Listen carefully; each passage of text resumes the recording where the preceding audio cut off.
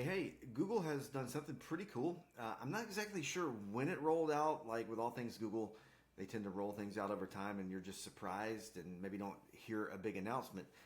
But churches can now go on their Google business profile and there is a section where you can add special hours. And one of the categories of special hours that you can add are your worship service times, which is pretty huge because open hours for churches has been a sore spot for me for a while because one of the things that happens is most churches just kind of put their office hours on there and then maybe put, they're open on Sunday from 9:30 to 11 or whatever. So let's just show you examples. So church near me, I'm in the suburbs of Atlanta. And so if we go over here, let's just use this church, the Orchard Church. So they've got some cool pictures, good church. But if you go look at their hours, let's see. So right now they're closed. It's a Friday. A lot of church offices are closed on Friday. They open at 10:30 a.m. on Sunday morning, which is when their service is. So they've got one service 10:30 to 11:30 on Sunday morning. Then they've got their 9 a.m. to 2:30 office hours Monday through Wednesday on here. Now, that's cool, except here's a few reasons why that kind of doesn't work well. Number one, if you've got multiple services on Sunday, like the church we go to, we have four services on Sunday. The first one starts at 8, and the last one ends at 12:30. And there's never been a way to differentiate between those, so it just said Sunday open from 8:30 to 12:30. And then the office hours would be there, Monday through Friday, 9 to 5, whatever they were. And then most churches just say closed on Saturday. Well, one of the things that you have to know is that Google prioritizes open organizations, open businesses when you are searching. For instance, if tonight I am wanting to go find a steakhouse and I search steakhouse near me, Google knows I don't care what steakhouses are closed. If I'm going to dinner late or something, I don't need to know who's closed. Google will tell you they're closing soon, but Google wants to show you who is open right now when you're searching. And so I've tested it a million times, like on a Saturday night, which is when if I'm somebody who doesn't go to church regularly, I'm in town, I'm looking for a new church, and we're like, hey, we should go to church tomorrow, whatever. Or we've been talking about it all week. We finally were ready, like, yeah, we're going to go to church tomorrow. Maybe Friday night, Saturday morning, Saturday night, I'm going to search church near me. And guess what? Churches that are showing as open are the ones that are going to show up in the results. If you're marked closed on Saturday, there's a really good chance you're not going to show up in the results when somebody is looking for a church to go to on Sunday, but they're doing the search on Saturday. Now, my solution to this initially was to encourage churches to set their hours to open 24/7. And I'm cool with that. I got a lot of pushback on social media saying that I was telling churches to lie. Now, the church at the time I was on staff at, we had an answering service, just like a doctor's office would. And so there was a minister on call. So if I'm the minister on call that week and someone calls with an emergency at 3 a.m., the answering service would answer. Then they would call the minister on call if it met certain criteria. And we would call them back or do whatever, make a hospital visit. And so we could authentically say, like, hey, we were reachable. Our phones were reachable 24/7.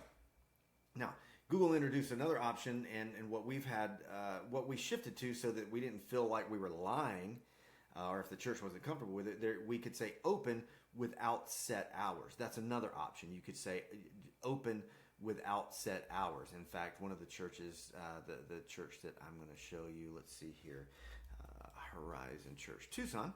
If you go to their hours, it just says, there are no hours because they're not set. And if we go to edit their profile, you'll see that I've got their hours set to open with no main hours. And that is the equivalent of saying, hey, we're open. And so that helps if someone is searching for a church outside of your open times that you're not showing as closed. It's not quite as effective as saying 24/7, but it is open. So that helps people find your church. But now it feels like Google's finally starting to realize that churches operate a little bit differently. They're not like a business, and so and week time hours are weird.